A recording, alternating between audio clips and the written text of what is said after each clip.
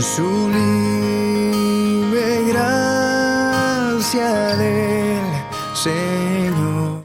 Seguimos con nuestra serie de enseñanzas sobre el dispensacionalismo. Y ya hemos visto varias cosas. Hablamos un poquito de historia, ¿no? En la historia del dispensacionalismo mencionábamos a un tal Luis Alcázar, ¿sí? Era un monje jesuita. Posteriormente apareció, ¿quién? Francisco Rivera, que era otro monje jesuita. Después apareció Emanuel Lacunza, que era otro monje jesuita. Después apareció Edward Irving, ¿sí? Que era un pastor escocés. Después aparece John Nelson Darby, ¿sí? Pero en esa misma época en que John Nelson Darby aparece en escena, aparece también Margaret MacDonald, que fue una joven de 15 años que tuvo una visión. Ya se imaginan ustedes de dónde es que surgen todas las herejías, porque precisamente en el siglo XIX fue que aparecieron la mayoría de las herejías que sufrimos hoy, como el mormonismo, la Iglesia de Jesucristo de los Santos de los Últimos Días. Tenemos también la Iglesia Adventista, la secta de los Adventistas, perdón, y también tenemos la secta de los Testigos sin Jehová. Y el dispensacionalismo, que también aparece en el siglo XIX, porque fue un siglo de mucho movimiento espiritual, es decir, de modas espiritualoides, ¿sí? De modas espiritualoides. Entonces, pues eso contaminó a la iglesia. Y pues John Nelson Darby montó su sistema, un mal entendimiento de la escritura, guiado por las revelaciones que recibió Margaret MacDonald, revelaciones que tuvo un éxtasis espiritual, donde ella tiene unas visiones, unos sueños, y dice que la segunda venida de Cristo va a ser en 2 etapas previas al reinado milenial. Después Darby, o un hombre llamado Ciro Ingerson Scofield, se hace seguidor de John Nelson Darby, y Scofield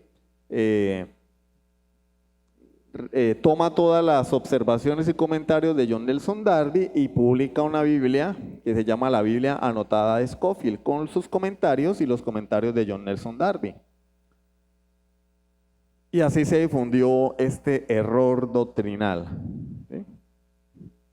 Y usábamos un texto de la Escritura que es según a los Tesalonicenses, capítulo 2, que nos menciona o desmiente uno de los postulados más importantes del dispensacionalismo, y es un rapto secreto previo a la aparición del anticristo.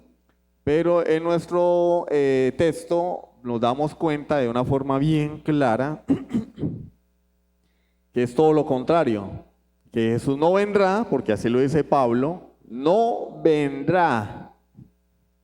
Ellos dicen sí, y Pablo dice no.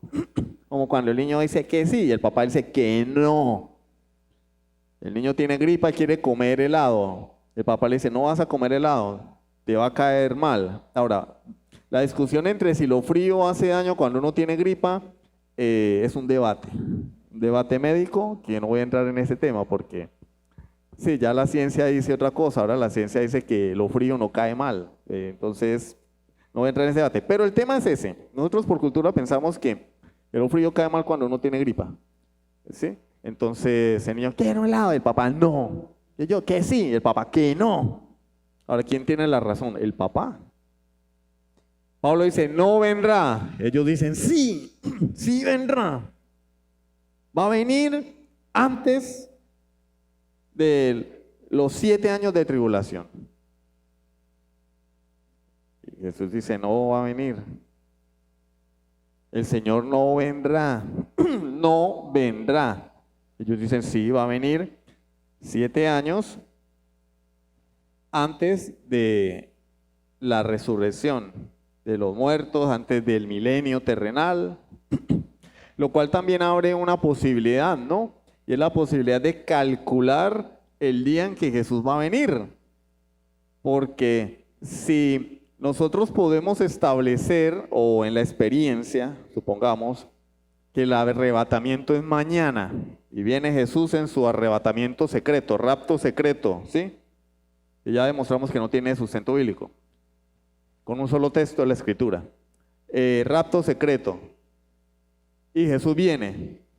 Eso nos da la facilidad a los que se queden o nos quedemos según este sistema de interpretación. Si por ejemplo, yo me quedé, fue fácil, ya puedo saber el día y la hora que Cristo va a venir. Porque sé que 7 años después del rapto secreto va a venir Jesús. Va a ser su segunda venida visible, ¿sí? O sea, porque ellos dicen, va a venir en 2 etapas, una secreta y otra visible. Fue fácil.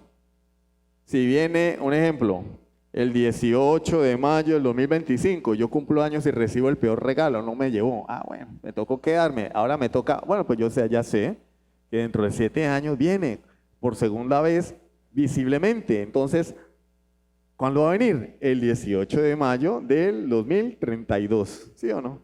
Y la tengo fácil. Hoy me escondo por ahí en una montaña 7 años, me meto debajo en un búnker y ya el Señor, y salgo un día antes a ver cómo está la movida. Aparte de que estoy violando lo que Jesús dijo, el día y la hora nadie lo sabe. Entonces ya por ahí pues, eso da lugar a muchas inconsistencias y a muchas incoherencias. Hoy vamos a hablar de algunos conceptos generales o básicos de nuestro sistema de interpretación. Por favor, siguiente diapositiva. Algunos conceptos generales y básicos. Y hemos acabado de leer Mateo capítulo 24. Para los que llegaron un poquito tarde, leímos Mateo capítulo 24, los versículos del 1 al 8.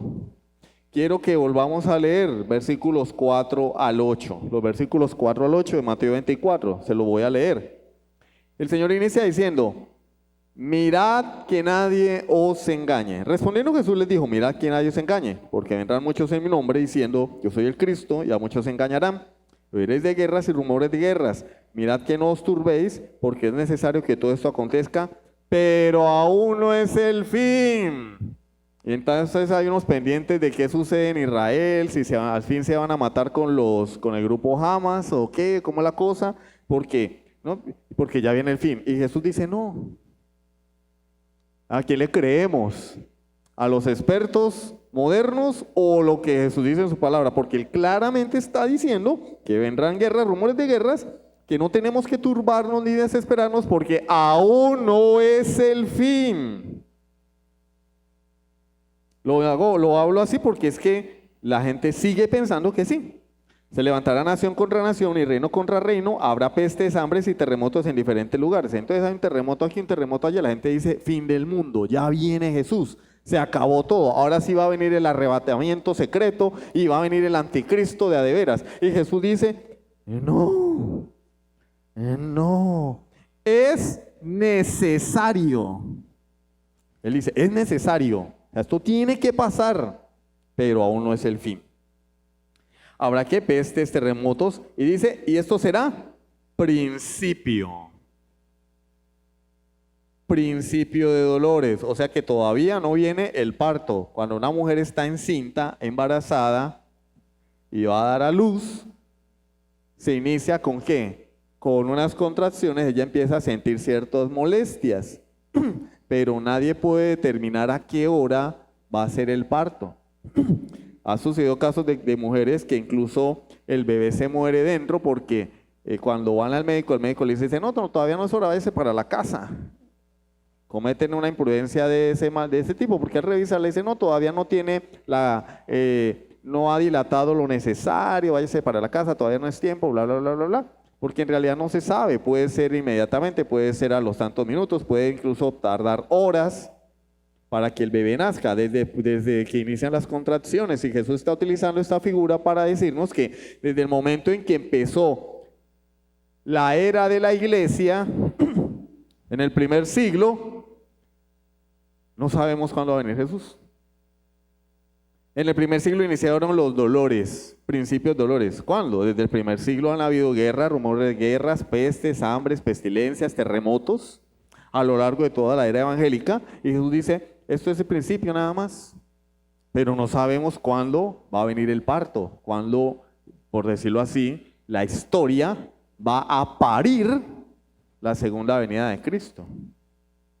No sabemos. Entonces Jesús utiliza esta figura para decirnos que no debemos dejarnos engañar. ¿Cuál es el problema?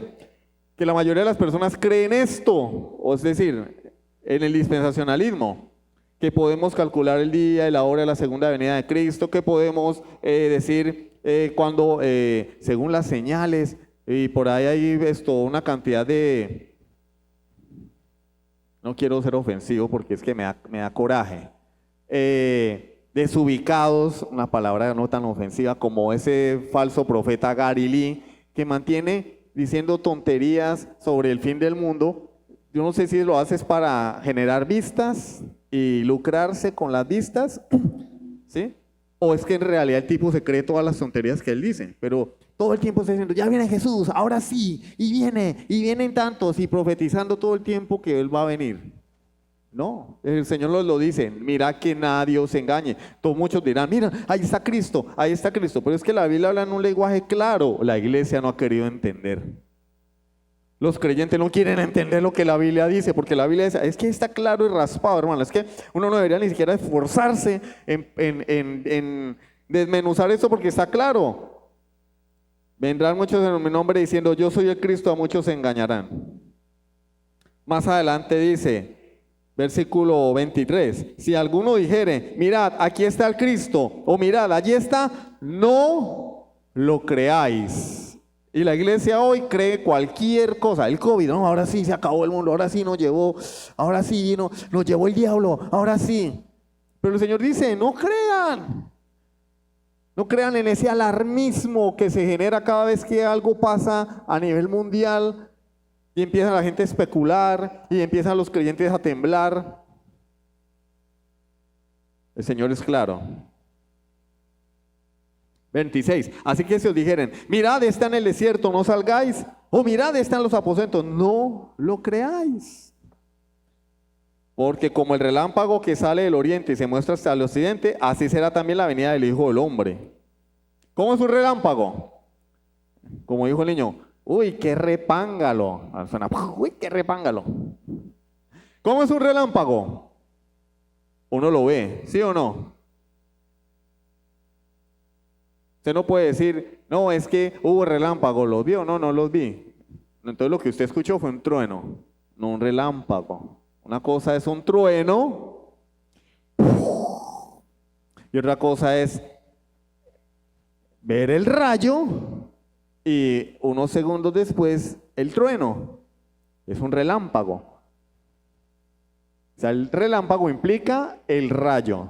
Primero vemos el rayo y luego el trueno, porque la luz es más rápida que el sonido. Primero vemos la luz y el sonido tarda un poquito más, tiene un retraso al llegar, ¿sí? Porque la luz corre a 300.000 kilómetros sobre segundo y la velocidad del sonido es como de 300 y pico metros por segundo, es muchísimo más lenta. Pero el relámpago se ve. Y el Señor está diciendo que la señal de su segunda venida es su segunda venida. ¿Yo cómo sé que Jesús va a venir? ¿Cuándo voy a saber que Jesús va a venir? Cuando lo vea, mijo. Los relámpagos no avisan, ¿no? Sí. No, mire, sale el servicio meteorológico, vean, pilas que hoy a tal hora va a caer un relámpago y 5 segundos después va a caer otro y dentro de 10 minutos después va a caer otro en este lugar. No, no hay manera de saberlo. No hay manera de saberlo. Le dicen, lo mejor que pueden decir es, va a haber precipitaciones, o sea que va a llover. Ellos no pueden predecir ni a qué hora es el relámpago ni cuántos van a caer. El Señor dice, como el relámpago que sale del oriente y demuestra hacia el occidente, o sea, de lado a lado del mundo, se va a ver la segunda venida de Cristo. Yo veo un relámpago y yo puedo estar al otro lado del departamento, del estado, y veo el relámpago. Además, aquí se ven relámpagos del Catatumbo, ¿sí o no? Y estamos lejos, pero se ven. Así será la venida de Cristo. Entonces, ¿qué conclusión sacamos de esto? Que no hay que creer el alarmismo y el show y todas esas profecías tontas que estos personajes mantienen sacando solamente para llamar la atención.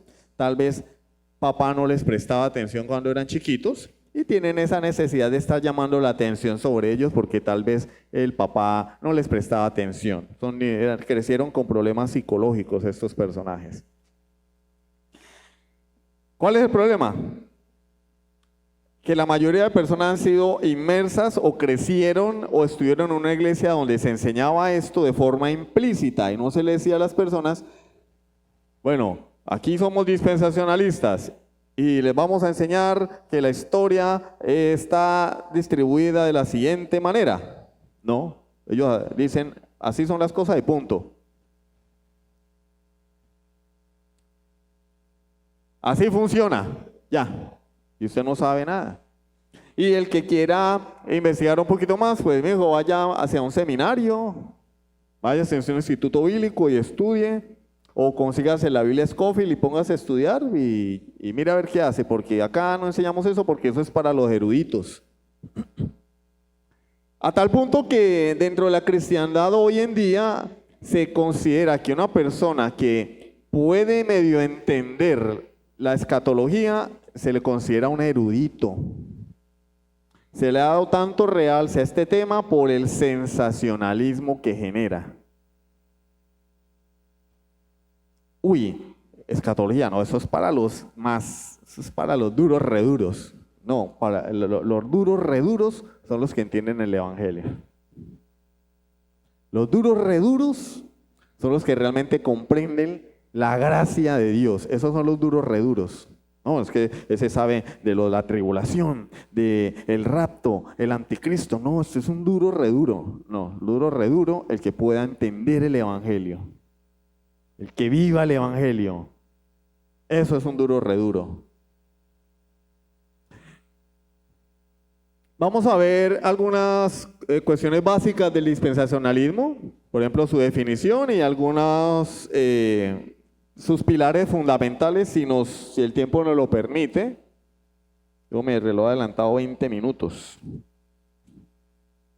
Es que se funciona es con la luz, entonces él mismo se pone donde quiere, el reloj rebelde, duro de servicio. Ahora bien, en primer lugar, ¿qué es el dispensacionalismo? Es una doctrina que enseña que Dios tiene un plan para la humanidad y para la historia, dividida en distintas etapas o dispensaciones. Es decir, el dispensacionalismo es una doctrina que enseña que la historia es una torta y la torta la partimos en pedazos. ¿Sí? Partimos la torta en pedazos o una pizza. La historia es una pizza y la pizza se parte en diferentes pedazos. Ahora bien, ¿cuál es el problema? Que la pizza de los dispensacionalistas es la pizza de una persona cansona, quisquillosa y fastidiosa. Porque el pizzero le dice a uno, puede pedir la pizza de 2 sabores. Entonces uno dice, bueno, quiero la mitad hawaiana y la mitad de pollo con champiñones o de pollo. Pero este comprador es de esos que a uno no le gusta que vayan a comprar, de esos que a uno no le gusta verlos. Bueno, pero ¿de cuántas porciones viene la pizza? Esta de 8. Ah, ¿me la puede dar de 8 sabores diferentes?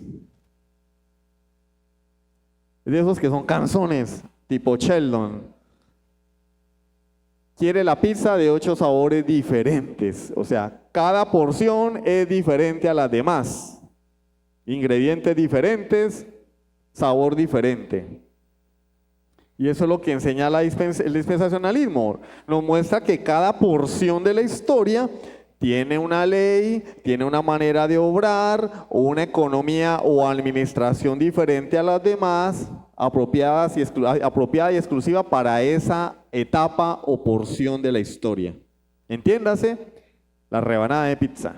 Cada pizza tiene un ingrediente diferente, Cada pizza tiene sabores diferentes, cada rebanadita de la pizza del señor Canzón.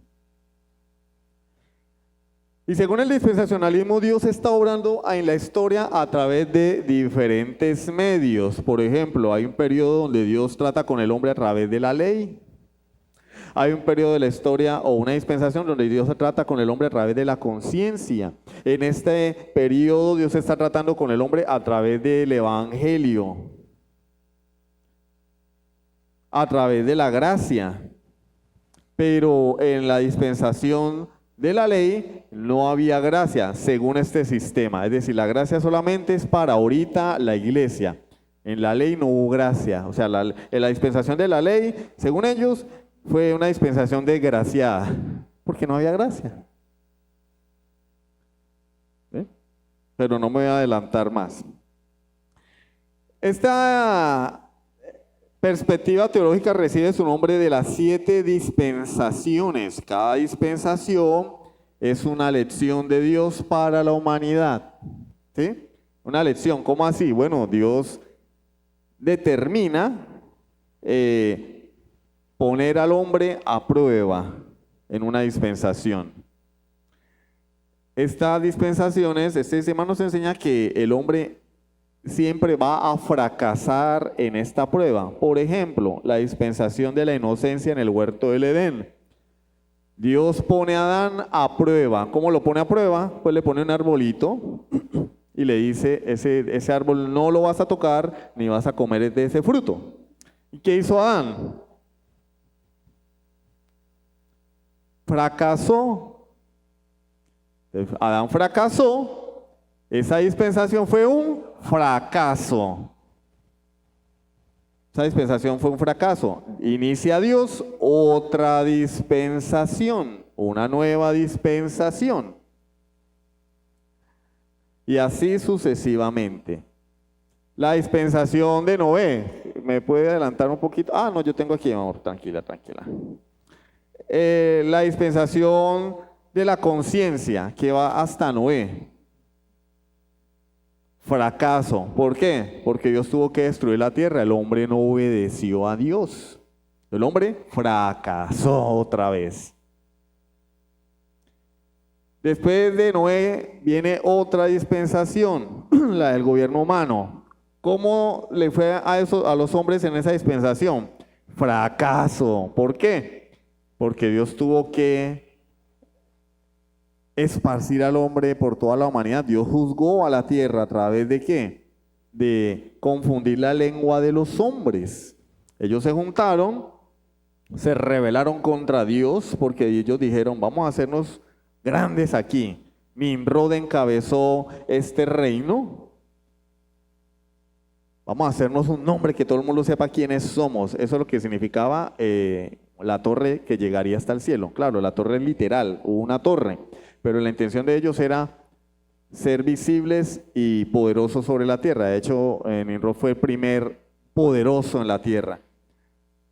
¿Y cómo terminó? Fracaso, porque Dios le había dicho al hombre que llenara la tierra, que se multiplicara, y el hombre no quiso llenar la tierra. El hombre se centró allí en Babel, y Dios dijo, voy a juzgar a los hombres. Confundió su lengua, los esparció por toda la tierra. Fracaso.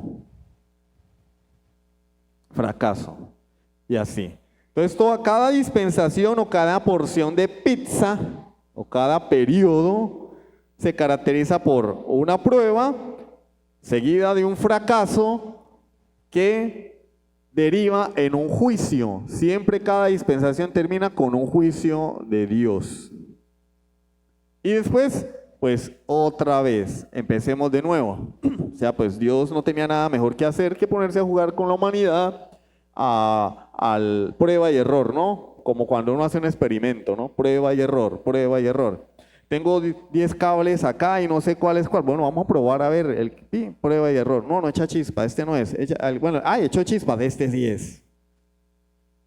Este sistema implica, pues me estoy adelantando un poquito, pero este sistema implica que también la dispensación de la gracia en la que estamos ahora, que es la era evangélica de la iglesia, va a terminar ¿en qué? En un fracaso. O sea, todos los que estamos aquí somos una partida de fracasados. La iglesia es un pueblo de gente fracasada porque según este sistema de interpretación, cuando venga el arrebatamiento va a venir porque la iglesia fracasó. Un fracaso. Somos un pueblo de fracasados. Cada dispensación termina en fracaso y en juicio, lo cual le contradice lo que enseña la Escritura. Ahora bien, ¿qué es una dispensación literalmente? Bueno, la palabra dispensación, algunos ya sabrán que la palabra dispensación es sinónimo de mayordomía o de administración y que surge de una palabra griega, oikonomía, de donde sería nuestra palabra castellana economía. ¿Sí? Economía. Es una transliteración, economía. Viene de oikonomía, que significa mayordomía, administración. Pero Scofield interpreta oikonomía no como el acto de administrar, sino como un periodo, como un tiempo. Por eso él divide la historia en fracciones de tiempo, en periodos, en dispensaciones. Pero la intención de la Escritura al utilizar el término oikonomía, más allá del tiempo, habla de una administración, de una manera de hacer las cosas. Por ejemplo, ¿cómo interpretan los dispensacionalistas la palabra oikonomía o dispensación? Bueno, por ejemplo, está la dispensación de la ley, la dispensación de la ley. Entonces ellos no interpretan dispensación como cómo fue administrada, ¿sí? Cómo fue administrada, o sea, como un periodo, ¿cierto? Desde Moisés hasta la venida de Cristo, un periodo, y también una forma de ser salvos. Ellos van más allá. Ellos van más allá aún, porque la palabra dispensación aparece en la Escritura. En la Biblia se nos habla de dos dispensaciones, la dispensación del antiguo pacto y la dispensación del nuevo. ¿Cómo interpreta la Escritura la palabra dispensación? Bueno, precisamente así, antiguo pacto, nuevo pacto. Antiguo pacto y nuevo pacto, ¿sí? Pero no están divorciados el uno del otro. No están divorciados del uno del otro. Ni tampoco habla de dos formas de ser salvos. Una cosa es decir la dispensación de la ley y otra cosa es decir que la dispensación de la ley tiene una manera particular de salvación. ¿Sí me hago entender? Por ejemplo, ellos dicen en la dispensación de la ley la gente se salvaba por guardar la ley. No, nunca. Nunca, nunca. Y en la dispensación de la gracia la gente se salva por gracia. Por ende, nosotros no necesitamos guardar la ley, porque en la dispensación de la gracia es un periodo de trato de Dios con la humanidad con una forma particular de salvarlo. ¿Cómo salva a Dios en estos tiempos? Por gracia. ¿Cómo salvaba a Dios en tiempos de Moisés? Guardando la ley. Era un trato con el pueblo, era un periodo de la historia desde Moisés hasta Malaquías. Bueno, desde Moisés hasta Malaquías no, desde Moisés hasta Jesús, porque Jesús vivió durante la ley. Desde Moisés a Jesús. ¿Y cómo salvaba? Pues la gente guardando la ley se salvaba. Cuando viene Jesús y muere, entonces Jesús muere en la cruz, resucita y ahora ya quedó borrada la anterior dispensación. Ya hay un trato diferente, hay una administración diferente, otro periodo de la historia diferente, con otra forma de salvación diferente. Entiéndase, la gracia. Es un error porque nosotros lo que entendemos a través de la Escritura es que Dios siempre ha salvado por gracia. Y que esa gracia ha sido revelada de forma progresiva a lo largo de la historia. Después de la caída, Dios ha ido dando destellos de su pacto de gracia. ¿A través de qué? De pactos, ¿cierto? El pacto noético, pacto abrahámico, pacto mosaico, pacto davídico. Y lo que ha hecho es, el niño ha ido creciendo. El dispensacionalismo entiende que son diferentes niños. Un chino, un japonés, un africano, un norteamericano y un colombiano. Son diferentes niños los de la historia que no tienen relación alguna. Diferentes formas de tratar con el hombre. Ahora bien, vamos a ver las 7 dispensaciones que menciona este sistema de interpretación. La primera es la de la inocencia. La dispensación de la inocencia es la dispensación en el huerto del Edén. No sé si se alcanza a ver ahí la gráfica. Yo desde aquí la veo. De todos modos, yo les voy a enviar las diapositivas. Tranquilos, tranquilos. La dispensación de la inocencia, que es la dispensación en el huerto del Edén, donde Adán se salvaba también por las obras, ¿sí? Después viene la dispensación de la conciencia, que va desde ¿dónde? Desde la caída del hombre hasta Noé. Después viene la dispensación del gobierno humano, que va desde Noé hasta Abraham. ¿Por qué? Pues porque la conciencia no fue una guía adecuada para el ser humano. En la dispensación de la conciencia, Dios dejó a las personas, valga la redundancia, las dejó a conciencia. Como cuando, venga, ¿cuánto le doy? No, déme lo que la conciencia le dicte. Pero la conciencia falló. Ellos fallaron, fueron desobedientes. Entonces, ¿qué tuvo que hacer Dios? Acabar con la raza humana. Estoy diciendo lo que ellos creen. Nosotros no creemos nada de eso. Y como fracasó la conciencia, entonces viene la dispensación del gobierno humano, que va desde Noé hasta Abraham. Es decir, la dispensación de los patriarcas. Después viene la dispensación de la promesa. Como los gobiernos fracasaron, Dios escoge a Abraham y le da una promesa. ¿Cuál? En tu simiente serán benditas todas las naciones de la tierra. Pero ¿qué sucede? Fracasa. Esa dispensación fracasó también. ¿Dónde terminó Israel? En Egipto como esclavos.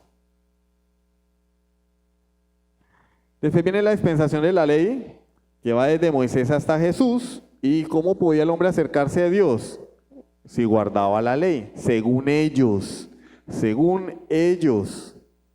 Ellos interpretan, y yo lo escuché desde que era joven, que en el antiguo pacto las personas se salvaban guardando la ley. Lo escuché cuando yo estaba en la iglesia bautista general. Eso era lo que predicaba el pastor. En el antiguo pacto la gente se salvaba guardando la ley. Pero como la gente no fue capaz de guardar la ley, entonces Dios dijo, bueno, vamos a borrón y cuenta nueva. Ahora vamos a iniciar la dispensación de la gracia, ¿sí? Porque el pueblo de Israel se apartó de Dios, ¿sí? Hubo un juicio sobre Israel cuando Israel, el reino del norte fue invadido por los asirios y el reino del sur, Judá y Benjamín, fue invadido por los babilonios. Y a pesar de que después en el periodo posexílico ellos pudieron reedificar el templo, igual el pueblo de Israel nunca volvió a ser lo que, o nunca volvió, no, porque nunca lo fue, no fue jamás lo que Dios lo había destinado a hacer. Dispensación de la gracia. Entonces, ahora Jesús viene al mundo, muere por nosotros en la cruz y nos ofrece salvación gratuita únicamente por la fe en su sacrificio. ¿Sí? ¿Cómo nos salvamos ahora? Por gracia. No hay que hacer nada, la mera bacanería, chévere, todo bien. Después de esta dispensación viene un periodo. Bueno, ahí está el muñequito de la cruz que habla de la resurrección de Jesús, ¿no? Después viene una flechita hacia arriba y otra hacia abajo, que son las que indican el arrebatamiento de la iglesia y después la segunda venida de Jesús, que vendría siendo la tercera, ¿no? De a de veras, ahora sí, de a de veras viene Jesús. Esos 7 años para ellos son un periodo al que le llaman la gran tribulación, ¿sí? O tribulación que engloba 3 años y medio de tribulación, que le llaman así porque el anticristo ya está acá. Nosotros no vamos a estar, según ellos, es decir, viene Cristo calladito, ¿no? Calladito. Dice, aunque la Biblia dice que va a venir con trompeta de Dios y todo, pero no, calla. Para ellos dicen que va a venir callado. A ver, yo no pretendo hacer una caricatura de esto, estoy siendo ilustrativo con ustedes. Va a venir calladito, se lleva a la iglesia. Ahora si aparece el anticristo convenientemente, la iglesia no va a sufrir. Se hace el chico bueno durante 3 años y medio. A los pasados 3 años y medio, dice no.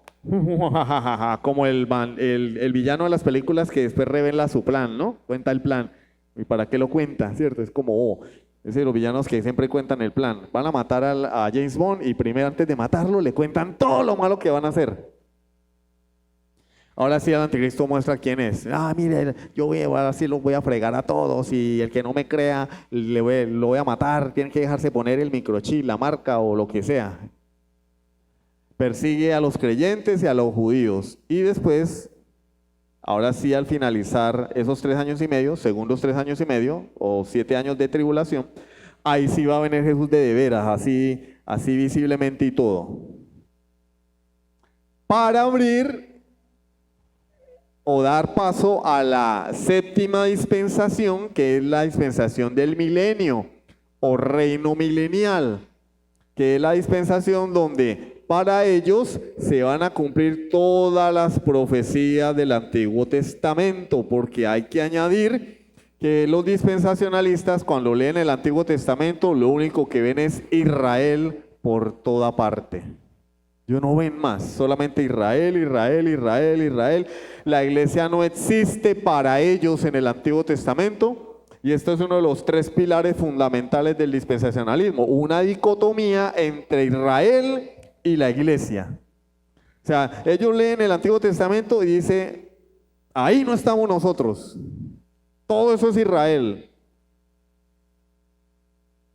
Cuando dice Jeremías 31, he aquí yo hago un nuevo pacto con la casa de Israel y la casa de Judá, yo dice, no, eso no es para nosotros no estamos ahí. Bueno, pero qué hipocresía, porque entonces, ¿por qué toman la cena del Señor? Que alguien me explique si el dispensacionalista considera a la luz de su creencia que Jeremías 31 es una promesa del antiguo pacto para los judíos, entonces ¿por qué nosotros tomamos la cena del Señor? Porque Jeremías 31 habla del nuevo pacto. Y Jesús, la noche que fue entregado, levantó la copa y dijo, esta es mi sangre del nuevo pacto. Entonces Jesús estaba loco, porque anuncia el nuevo pacto, le manda a sus discípulos a hacer eso. Pablo en 1 Corintios 11 nos ordena hacer eso, porque le está escribiendo a una iglesia de gentiles, ¿no? Yo les estoy enseñando lo que yo he recibido, dice. Le enseña a los gentiles a participar de la cena del Señor. Sin embargo, ellos insisten en decir, no, el nuevo pacto no es con la iglesia. Es una promesa futura para Israel durante el reinado milenial. Durante esos 1000 años finales, antes de que todo se acabe, todo desaparezca.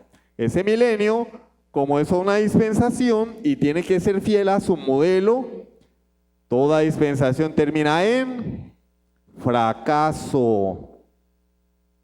Ese milenio, allá donde ellos leen los textos de Isaías y dice, mire, jugará el lobo con el cordero, el niño jugará con la serpiente, allá sí. Y por eso todas esas pinturitas vemos a los niños jugando con las culebras, los lobos con las ovejitas, el león con el corderito. Y Jesús por allá sentado en un trono en Israel. Y ellos dicen, mire, ese es el milenio. Se cumplen todas las profecías de Ezequiel, de Jeremías, de Isaías en el milenio aquí en la tierra. Porque Satanás va a ser atado esos 1000 años en una pésima interpretación de Apocalipsis. Dicen que esos 1000 años son literales, aunque Apocalipsis es un libro simbólico, ¿no? Dicen que esos 1000 años son literales, que Satanás ha sido atado y por eso aquí el lobo va a jugar con el corderito y la serpiente no le van a picar a nadie porque va a ser un periodo de paz, porque yo no sé, tal vez las serpientes pican porque el diablo está acá y cuando el diablo no esté, las serpientes no van a picar. Y al final de esos 1000 años de paz, donde las serpientes no van a morder a nadie, mire qué cosa más interesante y más importante para nuestra vida espiritual. El hombre se va a rebelar contra Dios otra vez. Porque toda dispensación termina en fracaso. Y al fracasar la dispensación del milenio, al Señor no le va a quedar de otra que decir, bueno, ya me cansé de esta gente, ahora sí los voy a acabar a todos. Y ahí sí viene Jesús con sus ejércitos celestiales a destruir a los malos. Y esto implica una serie de resurrecciones, que la Biblia solo habla de una resurrección al final de los tiempos. Esto implica 2 resurrecciones, 3 resurrecciones, que no viene al caso hablar porque estamos en un punto introductorio. De esto, si Dios nos lo permite, lo vamos a desarrollar. Hay mucha tela para cortar todavía. Estas son las dispensaciones. ¿Ustedes quieren encontrar una forma de complicarse la vida? Bueno, ahí está.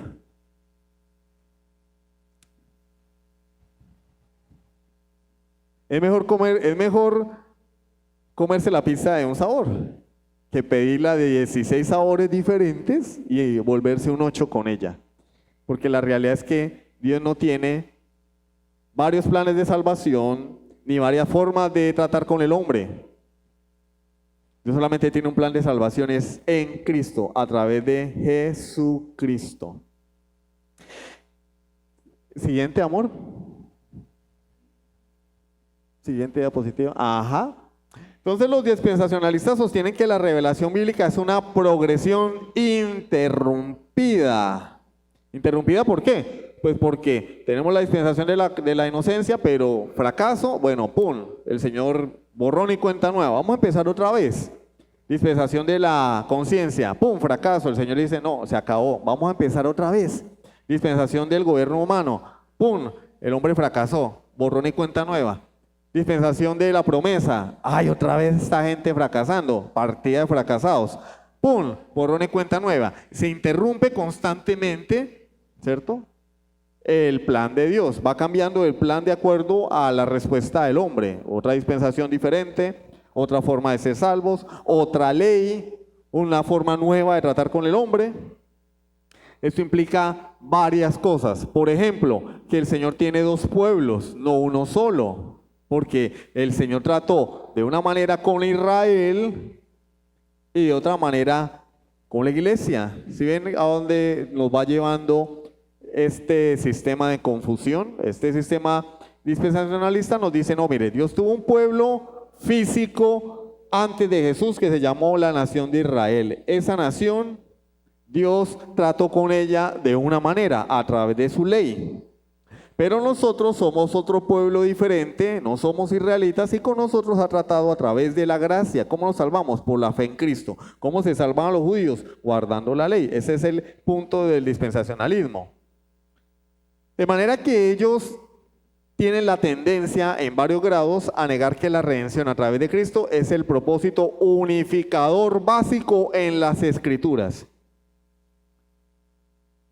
Entonces ellos ven la Biblia como una cantidad de libros o de historias que no tienen nada que ver lo uno con lo otro. Por ejemplo, David no tenía nada que ver con Abraham. Nada que ver. O Noé no tenía nada que ver con Abraham. Otra dispensación diferente. Jesús no tiene nada que ver con Abraham ni con David. No, nada que ver. Cada quien con su historia como si fueran películas diferentes.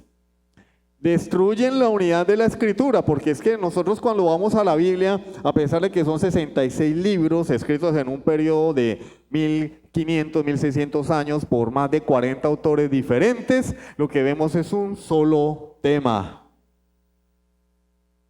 Cristo y su obra redentora. Ese es el tema que vemos en la escritura desde Génesis hasta Apocalipsis, pero ellos no lo ven así. Ellos ven el trato de Dios con su pueblo escogido Israel y después ven el trato con nosotros, que algo es algo, peor es nada. El plan B de Dios. Según ese sistema, Dios fracasa 7 veces en su trato con el hombre porque no es capaz de llevarlo a la obediencia, a la santidad. Cuando nosotros entendemos la Biblia, y eso lo vamos a ver, usamos el Evangelio como la llave para abrir las escrituras del Antiguo Testamento. Entendemos que en Jeremías 31 nos habla del nuevo pacto, dice: pondré mis leyes en su corazón, voy a escribir mis leyes en su corazón. Entendemos que Dios ha tenido éxito, porque ya dice, este es un pacto que no es como el pacto que hice con sus padres, porque ellos violaron mi ley. Vamos a echarle una ojeadita a este texto y terminamos la clase por hoy. He aquí viene el día, Jeremías 31, 27. Dice Jehová: en que sembraré la casa de Israel y la casa de Judá de simiente de hombre y de simiente de animal. Y así como tuve cuidado de ellos para arrancar y derribar y trastornar y perder y afligir, tendré cuidado de ellos para edificar y plantar, dice Jehová. En aquellos días no dirán más: los padres comieron las uvas agrias y los dientes de los hijos tienen la dentera, sino que cada cual morirá por su propia maldad. Los dientes de todo hombre que comiere las uvas agrias tendrán la dentera. Aquí vienen días, dice Jehová, en los cuales haré nuevo pacto con la casa de Israel y con la casa de Judá, no como el pacto que hice con sus padres el día que tomé su mano para sacarlos de la tierra de Egipto, porque ellos invalidaron mi pacto, aunque fui yo un marido para ellos, dice Jehová. Pero este es el pacto que haré con la casa de Israel después de aquellos días, dice Jehová: daré mi ley en su mente y la escribiré en su corazón, y yo seré a ellos por Dios, y ellos me serán por pueblo. Aquí está diciendo que todos los miembros o los ciudadanos de ese reino de Dios van a obedecer su palabra. No como el pacto que hice con la casa de Israel, con sus padres, con el Israel terrenal, porque ellos desobedecieron mi pacto. Invalidaron mi pacto, aunque fui yo un marido para ellos. Él lo pone en términos de adulterio. Yo fui un marido para Israel y ellos rompieron el pacto. Pero el pacto que voy a hacer con Israel y la casa de Judá, y si nosotros vamos a Romanos 9, vamos a entender que Israel es la iglesia, pero eso lo voy a explicar más adelante. Dice: daré mi ley en su mente y la escribiré en su corazón, y yo seré a ellos por Dios y ellos me serán por pueblo. Y esa es la promesa que corre a lo largo de toda la escritura. Yo seré a ellos por Dios, ellos me serán por pueblo. O sea, aquí Dios nos asegura que el pueblo de Dios va a tener éxito. El pueblo de Dios va a llegar al cielo. Que el pueblo de Dios va a obedecer su palabra. El que no obedece es porque no es de Dios. Punto. Porque en el antiguo pacto, el pueblo de Israel o la nación de Dios, la nación de Israel se caracterizaba por ser un pueblo mixto. Es decir, habían creyentes y no creyentes. Había personas que obedecían la ley de Dios y otros que se rebelaban contra Dios. Pero en el pueblo del nuevo pacto el Señor dice: no va a ser como el pacto que hice con sus padres. En el pueblo del nuevo pacto todos me van a obedecer. Porque mi ley no va a estar escrita en tablas de piedra, va a estar puesta en su mente y escrita en su corazón. Entonces, ¿dónde está el fracaso? Pero ellos dicen: no, pero es que eso no es para la iglesia.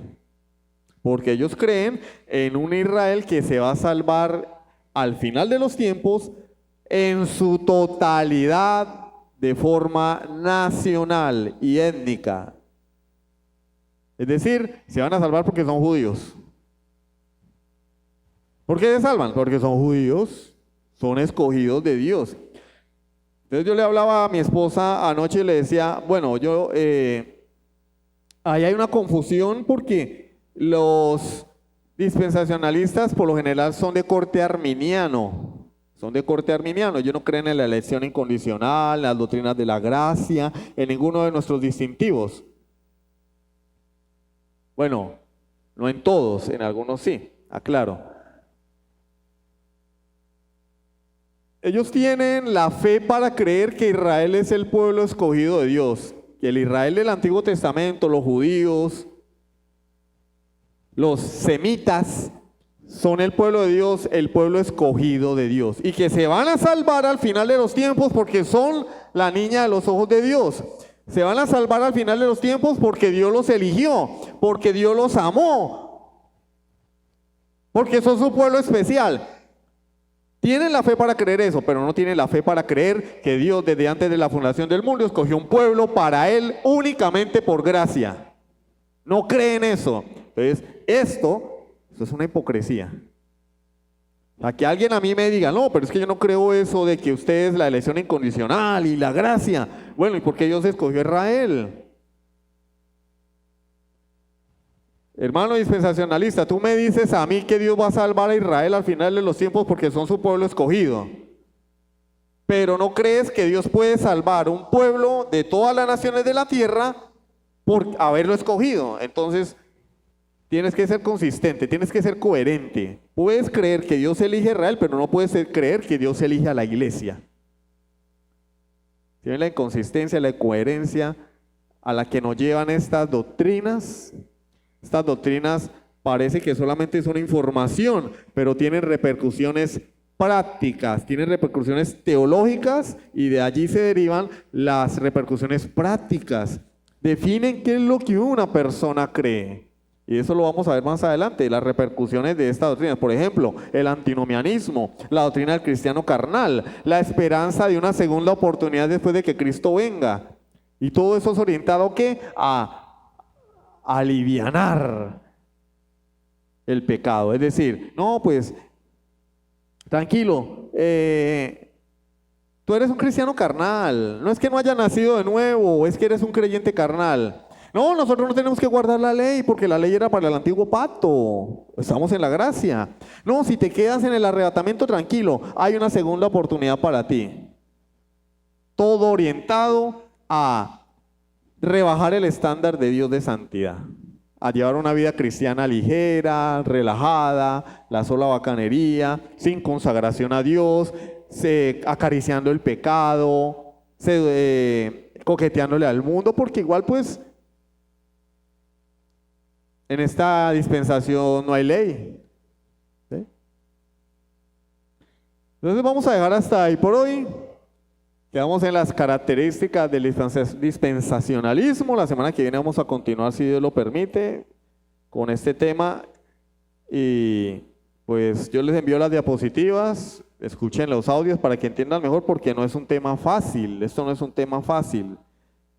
Requiere que lo escuchen y lean las diapositivas, ¿sí? Para que tengan una mejor comprensión. Vamos a orar. Amado Dios y Padre Celestial, te damos honra y gloria por tu palabra. Gracias Dios porque podemos confiar en ella como la única norma de fe y de conducta del creyente. Y nosotros, Señor, por tu gracia entendemos que la Biblia, a pesar de que sea un libro o una colección de 66 libros, es en realidad el libro de Dios. Contiene, Señor, tu palabra, amado Rey. Desde Génesis hasta Apocalipsis, un tema único. Desde Génesis hasta Apocalipsis, un protagonista único y se llama Jesucristo. No es Israel, es Jesucristo, quien merece toda la gloria y la honra. Y alrededor de Jesús giran todas las demás historias. Giran las doctrinas, giran los diferentes conceptos. Él es el eje que unifica todo lo demás. Gracias Dios por darnos este entendimiento de que tu promesa corre a lo largo de la Escritura y entendemos, Señor, que es un libro que tiene una unidad. Al pasar de los siglos ha permanecido. Al pasar de los siglos tú lo has preservado, Señor. Y hoy tenemos, Padre Celestial, tu revelación, Señor, en estos 66 libros. Que nos revelan a Jesús y ese grande amor con el cual tú nos escogiste desde antes de la fundación del mundo. Te alabamos, amado Dios, por tanta piedad para con nosotros. En el santo nombre de Jesucristo. Amén. Sublime gracia del Señor.